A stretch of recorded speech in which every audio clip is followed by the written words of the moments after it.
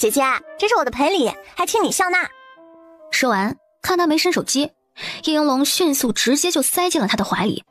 忽然间，一股强大的威压从身后传来，这气息沈离贤再熟悉不过，他迅速的停止了打斗，回到叶玲珑身边。这一刻终于来临了，接下来就是验证大家人品的时刻了。大难临头各自飞，考验逃命你能行。各位，我先走一步了啊，有缘再见。叶玲珑说完，迅速的撕掉了一张保命符，一张即成。公主殿下好强啊，她竟然会原地消失术。我踩雷，他去哪儿了？为什么不带上我呀？哎，这好像是大王的气息啊，越来越近了。大王来了，我们大王要来了。就在这时，沈离贤也迅速地撕了一张保命符，一张即成，他也瞬间原地消失。眼看着小师妹这个东西那么好用，宁明成顿时激动不已，他也赶紧拿出来撕。一张不成，这时他目光瞥见不远处的尹诗涵，撕了一张也是没成功，但撕第二张的时候，他瞬间消失了。宁明成松了一口气儿，可能再撕一张就成了，于是他接着撕，2张没动，3张还在。这时就连尹诗涵的那个侍女都在撕到第3张的时候消失了。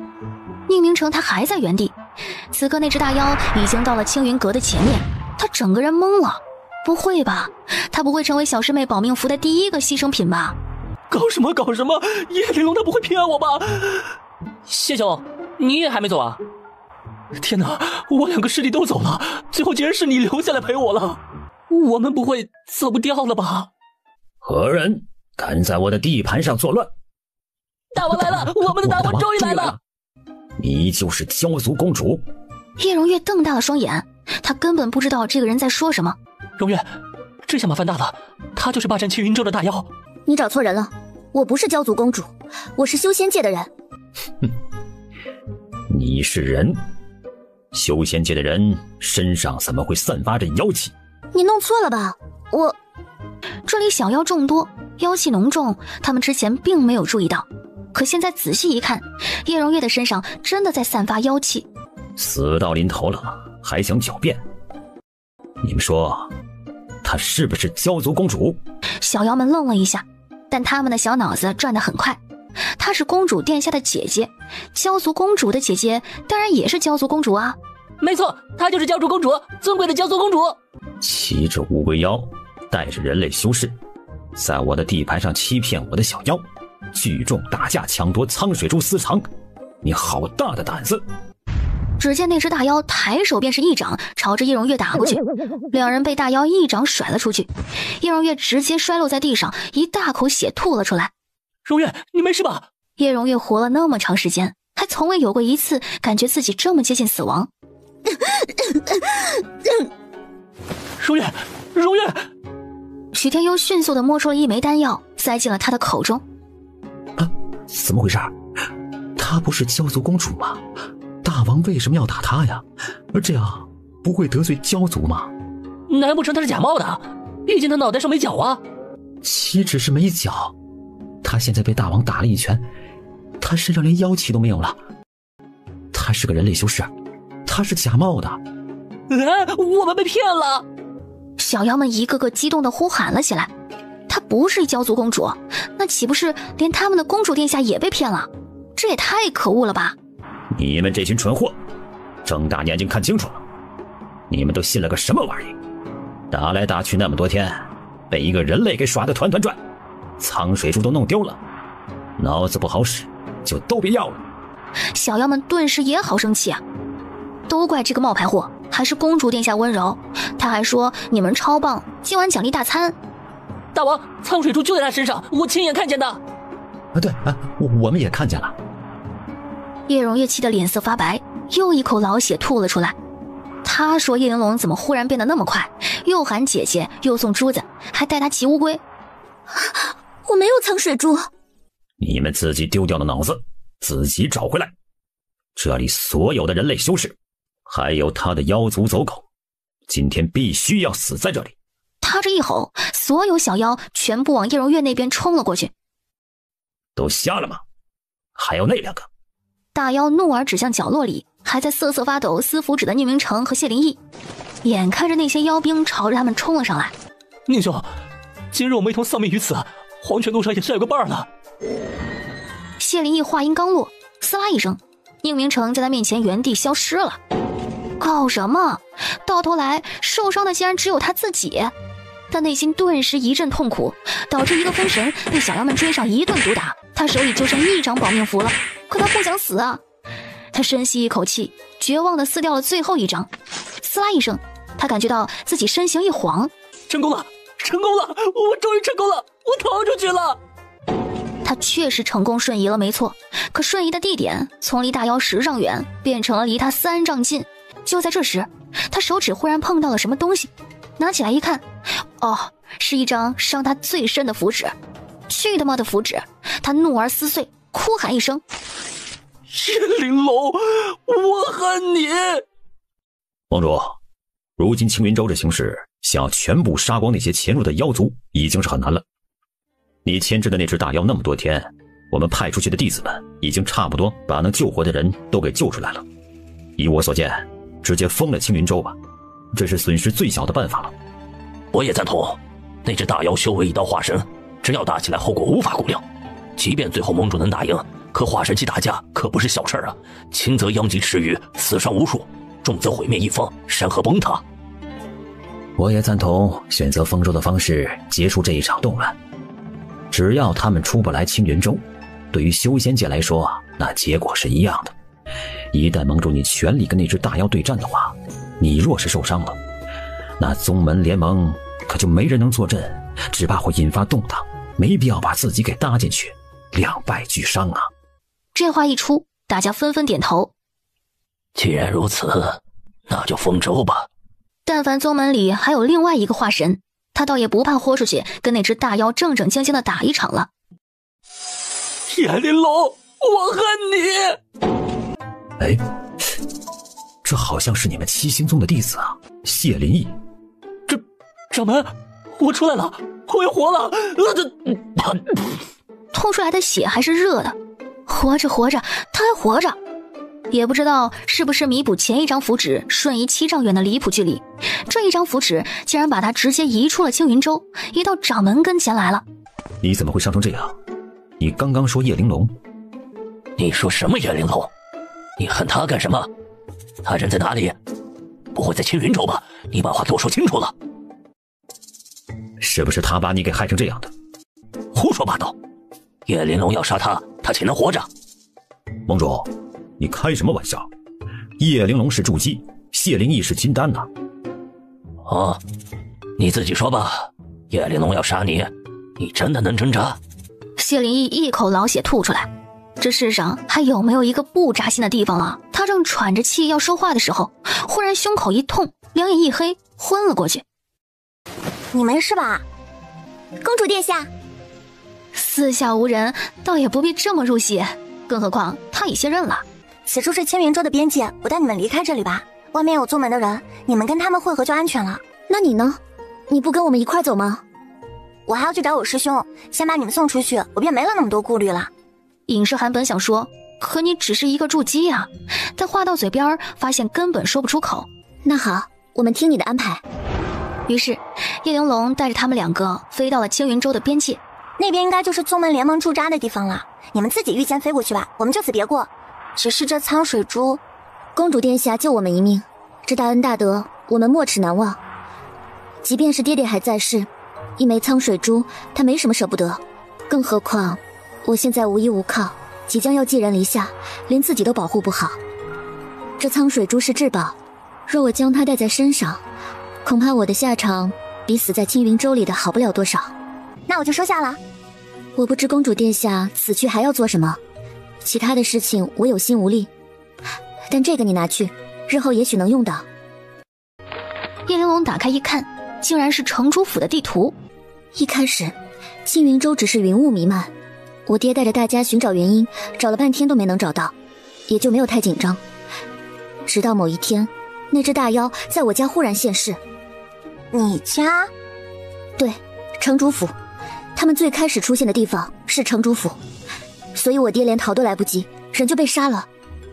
你若是有其他的想法，城主府你一定会去的。我最后能帮你的，就只有这张地图了，剩下的一切，要靠你自己保重。谢谢啊。应该是我谢谢你，若是没有你，我恐怕已经去见我爹了。可现在，我不但还活着，甚至还有可能看着那只大妖被诛杀。你就这么相信我？因为我也是公主殿下的无脑拥护者啊！公主殿下惊艳四座，威震八方。对，公主殿下惊艳四座，威震八方。万万没想到，有人比他还上瘾呢。保重。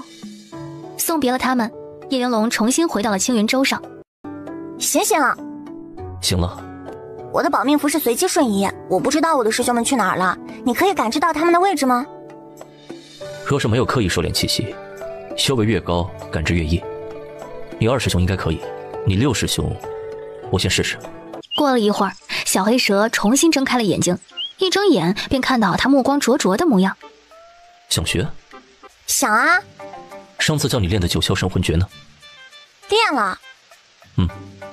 练到第8层就可以尝试了。刚刚摸到第1层门槛的叶云龙无语了。我找到了你二师兄和六师兄了。真的？你六师兄情况算好，但你二师兄情况不妙。他们在哪儿？你六师兄在高速移动，应该正在被追杀。这情况算好，那我二师兄呢？到城主府去了。叶云龙顿时脸色一白，那岂不是去了大妖的老巢啊？你二师兄应该是自己过去的，得先去把六师兄给找到，然后再去找二师兄。决定好之后，叶云龙便出发了。盟主，掌门，谢灵异他醒了。盟主，掌门，又有弟子活着从青云洲出来了。这青云洲里到底还有多少人啊？叶荣月大大的松了口气，若不是许天幽挡在他前面，给了他撕碎七星宗保命符的机会，他恐怕已经没命了。许天幽已经被打出了原形，看样子是活不成了。别怪我心狠手辣，一切都是你逼我的。我要你彻底成为修仙界的耻辱，成为全宗门的公敌。又活着回来一个，是七星宗的叶荣月，快带他去见盟主和掌门。荣月，你这是怎么了？怎么受了那么重的伤啊？掌门，你一定要替荣月做主。叶玲珑他……叶荣月故弄玄虚，酝酿情绪，正准备狠狠地告叶玲珑一状的时候，他把你给救出来了。叶荣月一怔，什么？他们都是叶玲珑救的。叶荣月转头看去，只见包括谢灵异在内的3个七星宗弟子以及2个青云洲的女子全都在这房间里，而此时他们正看着他，笑得有那么一些不怀好意。小师妹，你要带我去哪里啊？你苍水珠都到手了，我们还不离开青云洲吗？六师兄，你忘了我们当初来青云洲的初心？什么？我们还有初心？呼呵，你竟然不把二师兄当回事儿，他人都还没找回来，你就要弃他于不顾。我等会儿就告你一状。宁明成深吸了好几口气，不要慌，他接受能力很强的。那二师兄在哪里？长州府啊。小师妹，那是大妖的老巢，你真的要去啊？我地图都准备好了，你说我去不去？也罢，他的接受能力又在变强。找到二师兄以后，我们就回去了是吗？是啊。答应的这么干脆。小师妹，你没骗我。六师兄心照不宣。宁明成捂着他狂跳的小心脏，深吸了好几口气。你给我个实话吧，啊，你到底要怎样？干掉 BOSS， 打通关。虽然波斯是什么没听懂，但打通关他听懂了。小师妹她疯了吗？那只大妖是化神，超强的化神。小师妹拿了地图，是直接全文背诵后直接闯的。小师妹，你能不能考虑一下，换个目标？六师兄，我们到了。两人飞速狂奔进了内院之后，宁明成更加慌张了。只见叶玲珑从戒指里拿出了2张妖气符，每个人身上贴了1张。不仅如此，叶玲珑还从戒指里拿出了新的道具，两人都做了简单的伪装，沿着地宫一路往里。喂，你们2个鬼鬼祟祟的干什么？我们迷路了。不对啊，你们一个筑基，一个金丹，是怎么会化形度这么高的？大哥，因为我们捡到宝了啊！你看，就是这个玩意儿。那只海马瞪大双眼，赶紧凑过去看。这时叶玲珑却忽然收了起来。怎么，有宝物还不愿意共享？也不是，只是这个地宫太复杂，我们迷路了。你给我们指个路，就借你用用。你要去哪儿啊？回妖界去。这修仙界太乱了，可吓死我了。大王又不管我们，我们要么挨打，要么被骗。这地方不适合我们这种单纯的小妖。简单呐，从这里往前走，左拐右拐，左拐左拐再右拐，就到了。是啊，六师兄问完了，辛苦你哄海马大哥睡个觉。睡觉？睡什么觉啊？我说过我要睡觉了吗？走了。叶云龙跟宁明成按照海马妖的指示一路往里走，果真找到了被那只大妖打通的修仙界和妖界的入口。就在这时，两人的身后忽然有什么东西正在靠近，一回头他吓了一大跳，身后的石墙上不知何时布满了密密麻麻的像是红绳却又不是红绳的东西。它看起来很柔软，而且是活的，眼看着就要戳进他脑壳里了。而红绳的最尖头的位置竟然泛着黑光，有毒，而且是剧毒。他赶紧拉着叶云龙拼命后退。就在那一瞬间，所有的红绳瞬间退回，迅速消失。妈呀，小师妹，这是什么东西啊？我不记得海里有这种生物啊！哎，小师妹，你看见了吗？我刚刚不会是幻觉吧？那肯定是你的幻觉啊，我什么也没看见。小师妹，这里好诡异啊，我们还是离开吧。你说的对。哎，小师妹，这不是原路返回吧？你去哪儿啊？这就是原路返回。你是不是太晕了，脑子都不清楚了？小师妹中邪了，还是他中邪了？聂明成左看看右看看，又开始怀疑自己，怀疑人生了。小师妹，你没听见有什么声音吗？没有。那你看到红绳了吗？六师兄啊，年轻的时候多修炼，不要天天想着牵红绳。这种地方你想跟谁牵？螃蟹还是大虾或者乌龟？不过呢，无论是哪个，我都绝对不可能喊他一声嫂子的。忽然间，一个熟悉的身影从里面冲了出来。二师兄，你们怎么会来这里的？我们来找你啊！找我做什么？你们也看到了，大妖实力有多强。你们应该迅速的离开青云州，回到安全的地方去。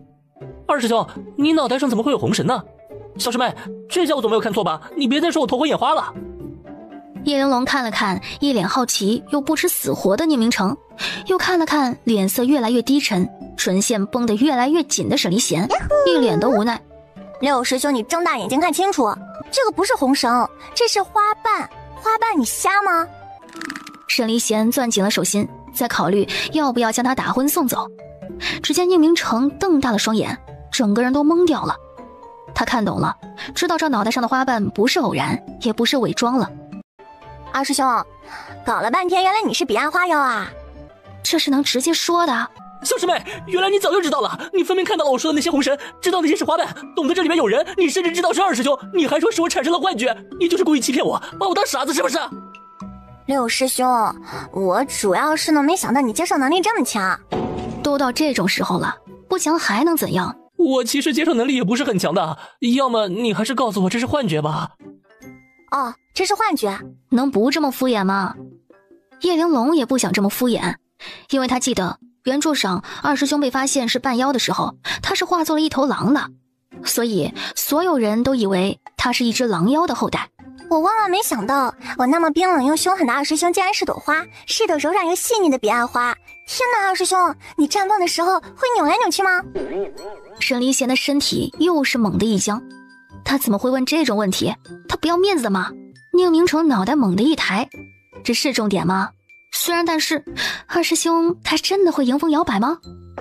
叶云龙从沈离弦的背上跳了下来，从戒指里拿出了一本书，封面上写着《万妖谱》。二师兄，给我点时间重新认识一下你，我怕自己知识匮乏导致用力过猛，折了你这朵小花妖。就在叶云龙低头翻书的时候，聂明成赶紧凑了上去，也跟他一块儿看书，看看彼岸花妖是个什么情况，补充知识，重新认识。看到他俩不恐惧，不尖叫，不逃跑，不厌恶，不惧怕，反而在他面前翻起书来，沈离弦当场就懵掉了。他是妖啊，潜伏在修仙界许久的妖啊，他们就不怕吗？眼看着他们翻了一页又一页，沈离弦心中那根紧绷的弦渐渐地松弛了下来，所有的彷徨和恐惧全都消失了。看什么看？有问题不能问我吗？我问了你就会回答吗？事已至此，再瞒着已经不可能。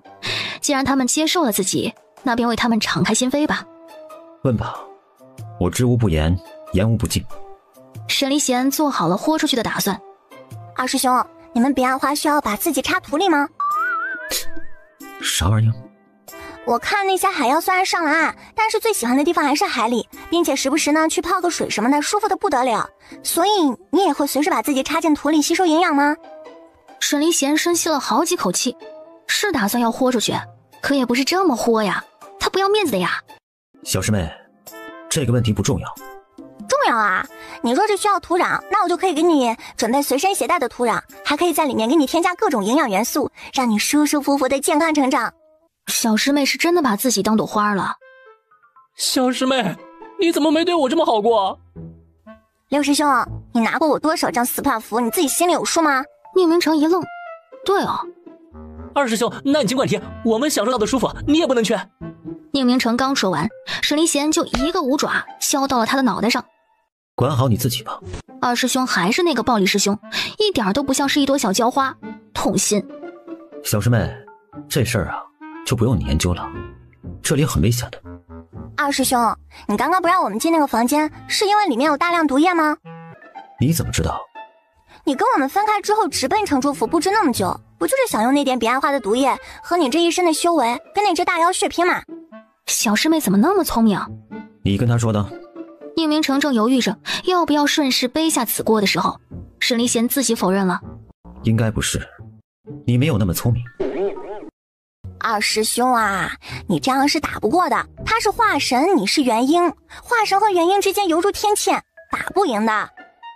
既然你知道我此次埋伏那只大妖是凶多吉少，那你们还来帮你啊？帮我？你们一个金丹，一个筑基，怎么帮啊？你们在这里不过是多送2条命罢了。哎呀，二师兄，我们不要成天打打杀杀的，我们要学会智取。叶玲珑带着他俩重新走回了存在连接妖界和修仙界入口的那个密室。他足尖一点，跳跃到半空中，落在了那一块星盘前面，仔细地观察起星盘上面的内容。一边观察，他还一边拿出纸笔来写画画。忽然他转过头来，我在做研究，你们俩愣着干什么？小师妹，你是需要帮忙吗？你说，我一定会。沈离贤话还没说完，袖子忽然被扯了一下，只见宁明成已经坐在了地上，并且取出了一枚灵珠，正放在身前。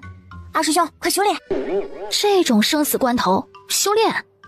眼看着沈离贤没进入状态，叶玲珑又道：二师兄，你知道我为什么辛辛苦苦在这里做研究吗？因为打不过大妖。你知道为什么我们打不过大妖吗？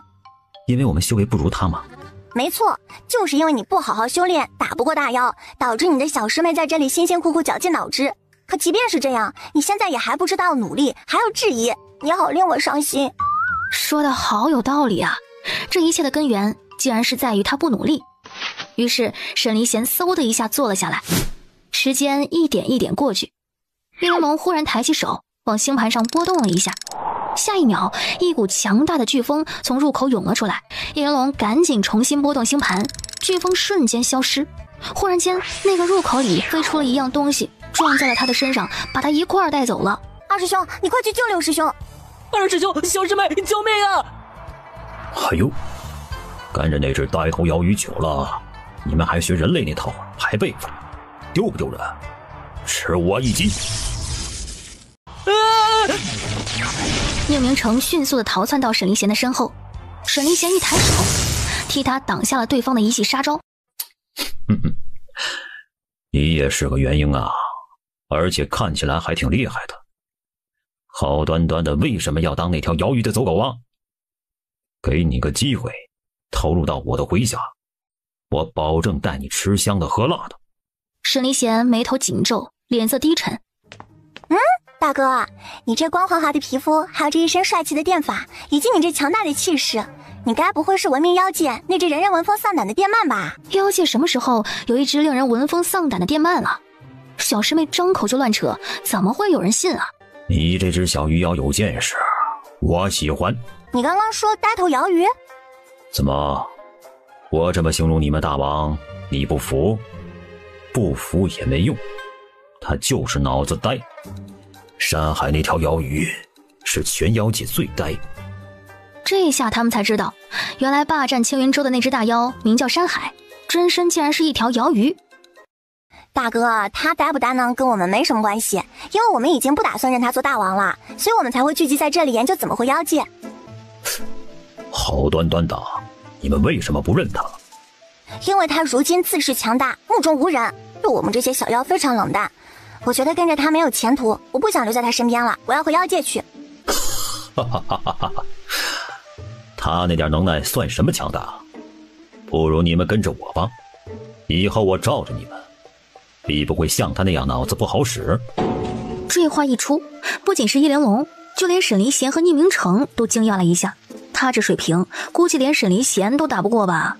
他竟然看不起山海。要我们跟着你也不是不可以，但作为小妖，我也不想一次混得比一次差，所以等你打败我们袁大王，我就认你做我们的新大王。你若是打不过，我就不给你当炮灰了。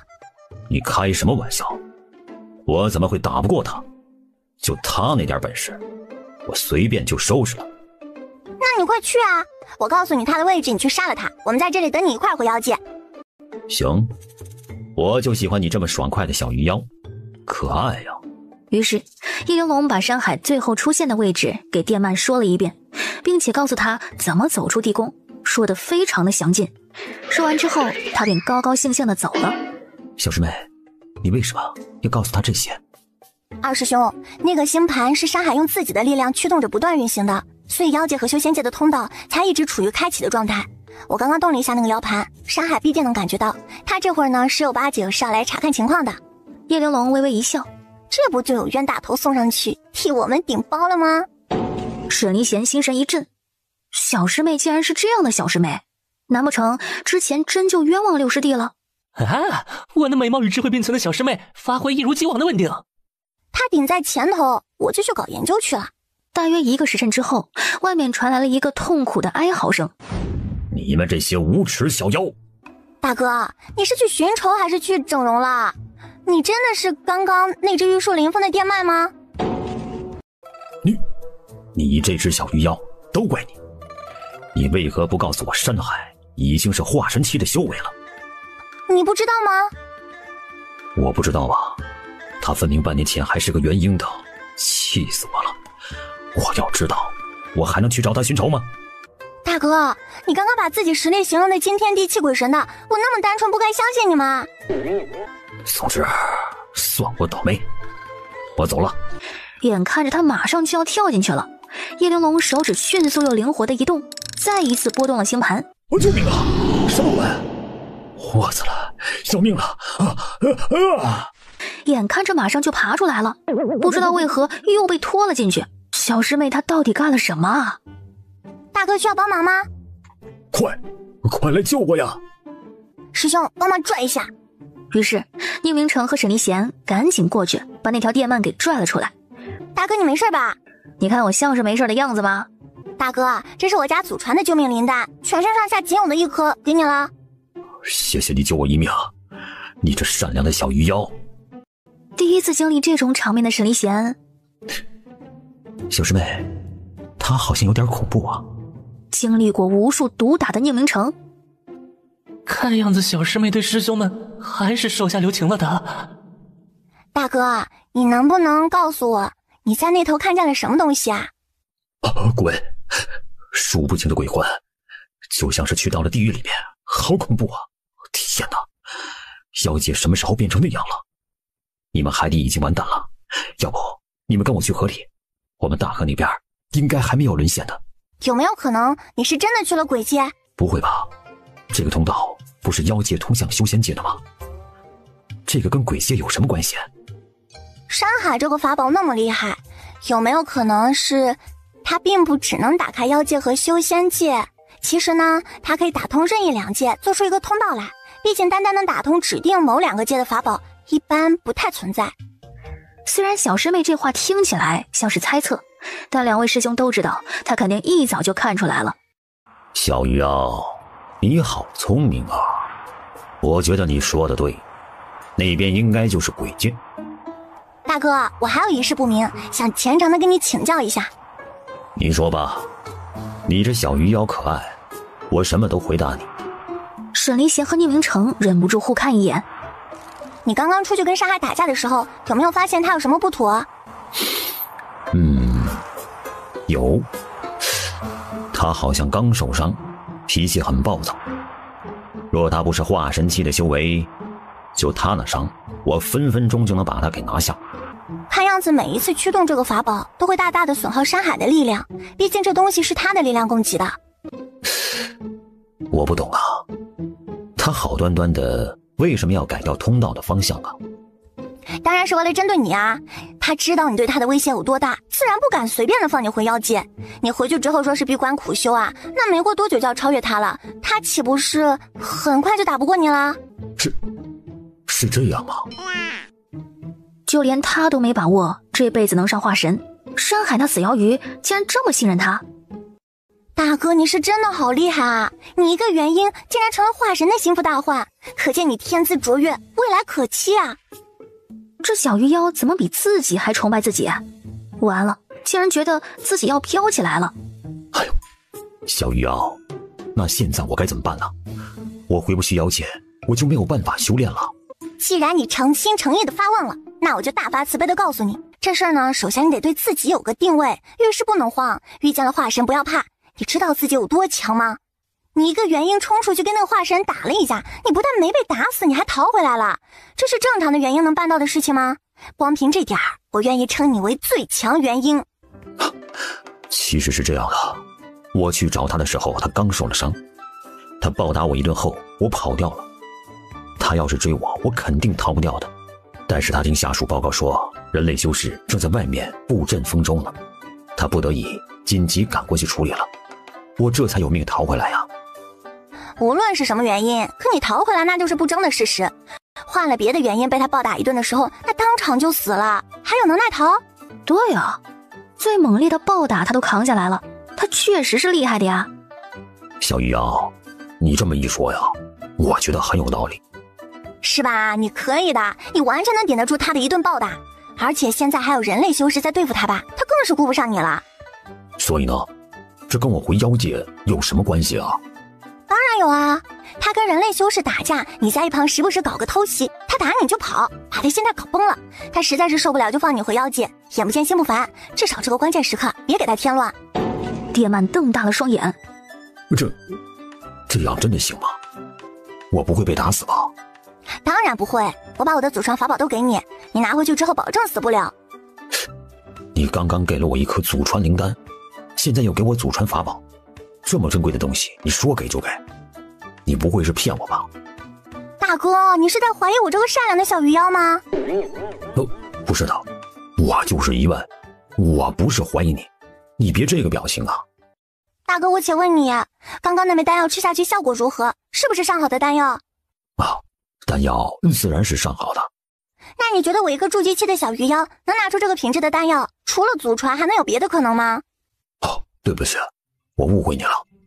我帮你其实我也是有私心的，因为我也想回妖界，你怎么能怀疑我呢？我错了，真的，你别跟我计较了。罢了，大哥虐我千百遍，我待大哥如初见。叶玲珑说完，在叶曼的愧疚之下拿出了几张符纸。这怎么像是人类修士才会有的东西啊？要不怎么能说是祖传，大概是我太爷爷那一辈吧，之前闯过名堂。这个是加速符，贴一张加速，贴2张超速，你到时候逃跑的时候自己斟酌使用。好东西啊。这个是爆炸符，你可以一边骚扰一边炸它，虽然造成不了多大的身体伤害，但它呢是你旧仇，怎么搞他心态你比我懂。连这儿都有。还有这隐身符，贴上去之后虽然还能感受到你的气息，但是一眼看不见了，最适合他无暇分心的时候出其不意的搞偷袭。哇，你祖上好富裕啊。大哥，我没骗你吧？没有，绝对没有。那你上路吧。怎么听着那么不吉利啊？但抱着试试的心态，叶曼还是调整了一下状态，揣着符纸出去了。看着叶曼真的被忽悠去了，宁明成和沈离贤瞪大了双眼。小师妹是真的有那么些可怕的。六师兄，你也去？为什么不是二师兄去？他比我修为高，能撑得比我久啊。二师兄，事到如今你还不愿意跟你六师弟说实话吗？他确实没说实话，但这实话也没跟小师妹说过呀。山海是来追杀我的。他为什么要追杀你啊？妖界有人察觉到了我的存在，但不确定。为了不放过这个可能，又不大动干戈，便找了山海，给了他这个开辟两界通道的法宝。二师兄，那个人在妖界是很厉害的存在吧？是我们现在绝对惹不起的存在，因为他不但能给山海这个法宝，为了让山海有足够的力量启动它，甚至还把山海的修为从元婴提到化神，所以那只电鳗以为他的救出还是个元婴。小师妹的猜测全部正确，确实是这样的。六师兄听到了吧？如果二师兄去的话，盟主电鳗以及二师兄之间，山海会毫不犹豫选择捉杀二师兄。再说了，我也没有让你冲锋陷阵，你就去围观一下，给我报个实时的信息，我好操作星盘。宁明成点了点头，是该他去。二师兄，我能问问你为什么会招惹到妖界很厉害的存在吗？因为我是彼岸花妖，我的身份在妖族。沈离贤犹豫着怎么解释的时候，二师兄，我在妖族图谱上没看到过彼岸花妖，你们应该算是很特殊的存在吧？存在即是秘密，不可让人察觉，对吧？他没想小师妹这么贴心，他什么都能猜到，却又一早给他留了足够的余地。是，那我知道了，我现在就出去盯着那只电鳗，第一时间给小师妹反映情况。哼，这一关我们3个肯定能过去。那来叠个手啊！宁明成配合的叠了上去。沈离贤虽然没见过这个仪式，但莫名的觉得热血又感动，于是他也学着把手放了上去。我们替上。宁明成离开之后，叶玲珑没有着急回到星盘旁边，而是找了个靠近星盘的必经之处，迅速的布置结界。眼看着他布置完，重新回到星盘附近，他忍不住问他：小师妹，你有把握吗？二师兄，山海之所以这么放心的把这个星盘放在这里，是因为他觉得没有人能够弄懂这个星盘的操作，并且操作它需要巨大的力量。师兄，我要撑不住了。小师妹，不行的话就别硬撑了。所以二师兄，我需要你的帮助。山海是化神，我们几个是怎么都不可能打得过的，要赢他只有一个办法，我们不停地波动星盘，让星盘不停地运转，开辟新通道，疯狂消耗他们的力量，把他们耗干耗尽，耗到他们无以为继，修为大跌。你知道山海为什么宁愿让这个通道一直开着，星盘一直放着也不关闭吗？因为关闭后重新开启是最耗能量的，考虑到任务完成之后他还要回妖界，所以他便一直开着。你是想关闭它再开启？对，开又关，关再开，给他惊喜，让他意外崩塌心态。好，你说我做。叶玲珑从戒指里掏出了一块玉牌。小师妹，电鳗又挨了一顿打，现在正在被山海追着到处跑呢。他的嚎叫声你听到了吗？嘿，叫得不错，等他回来给他加鸡腿。那我们接下来要行动了吗？再等等，电鳗不成气候，得碰上咱们大盟主的时候才可以。对了，师兄，你的玉牌呢？还没互相留个印记呢。沈离贤之前就没想过还要和他们有牵扯，但事到如今，他忽然有些贪恋同门的温暖，不想走得干干净净了。我现在就拿出来。两人交换了一下玉牌上的印记。小师妹，你师父又带人来丰州了，山海跑去阻拦他了，刚刚还跑得跟孙子似的，电鳗又回头去撩山海了，现在真的被山海暴打，打得好凶啊！他俩到底什么仇？你师父？新点的师傅，宗门盟主任唐莲。沈离贤一怔，他愿意带你是件好事，你多了个靠山的。大师兄也是这么说的。小师妹，山海跟你师父杠上了，你师父在拖延时间给其他长老丰州呢。二师兄，抓紧我的手，往我手上注入灵力，我要开始了。好。沈离贤抓住叶玲珑的手，不遗余力地往他手里注入大量灵力。只见叶玲珑轻轻松松地关闭了开启的通道，但下一秒重启的时候，他的手却犹如千斤重一般，挪动得非常艰难，更何况只是筑基期的小师妹。看着他这万分痛苦的样子，沈离贤紧张的不行。小师妹，能不能你告诉我，我来挪动它？不能，飞星盘主人强行波动过程很复杂，不仅是手动，还需要灵魂力加持，你的灵魂力做不了这个。可是小师妹，专心点，我能行。只见星盘被叶玲珑一点一点的拨动开，原本已经关闭的入口再一次重新打开，光芒一点点的出现。小师妹，山海吐血了，吐了你师父一身。我也快吐血了，马上就吐你一耳朵，你好好说话。哦，好的。1秒后，小师妹，他从半空中掉下来了，他在迅速的后撤，不管你师父了。他往地宫的方向来了，要不要喊你师傅拦截他？不需要，我们自己搞定。真的吗？他一个人身边那么多外人，要是让他们都知道了，我们辛苦来这趟也就什么都捞不着了，没什么发大财不好吗？通知他们过来干嘛？他们一来，我们又要被迫名门正派了。对呀。快，六师兄，你跟爹们回来，在地宫拦截山海。好嘞。终于到了要直面山海的时候了，最终对决即将来临。很快，他们的视野之内出现了迅速奔跑的宁明成和电鳗。他们跑入地宫，穿过了叶玲珑布置的结界之后，叶玲珑迅速的让结界生效，将他们和山海阻隔起来。原来是你们几个小杂鱼在背后作怪，你就是欺骗我下属，带他们聚众斗殴的那个人类修士吧？